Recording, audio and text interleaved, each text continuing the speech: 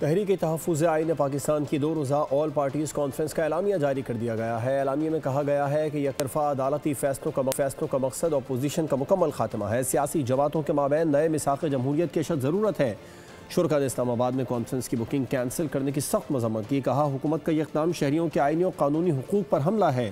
Conference کے بعد media briefing میں مصطفیٰ نواز کھوکھر کا کہنا تھا کہ پاکستان میں اپوزیشن کو ختم کرنے کی کوشش کی جا رہی ہے۔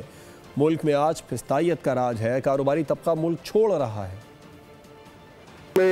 اپوزیشن کو ختم کرنے کی جو کوشش کی جا رہی ہے اور تمام تر مشکلات کے باوجود جس طرح ہمارے وینیو کو کینسل کیا گیا، ہمارے لیے اسلام آباد میں کوئی بھی جگہ حاصل کرنا ناممکن بنا دیا گیا۔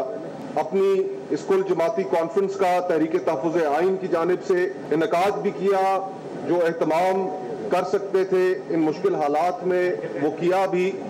آج ملک میں بسنے والا کوئی طبقہ اور قومیت مطمئن نہ ہے۔ کاروباری طبقہ ملک چھوڑ کر اپنا سرمایہ بیرون ملک منتقل کر رہا ہے کہ اس وقت تمام سیاسی جماعتوں اور سیاسی قوتوں کے درمیان ایک نئے میثاق جمہوریت کی اشد ضرورت ہے۔ نئے میثاق کے لیے ایک قومی ڈائیلاگ کے بعد ملک میں تمام سیاسی قوتوں کے درمیان مکمل اتفاق رائے پیدا ہونا چاہیے۔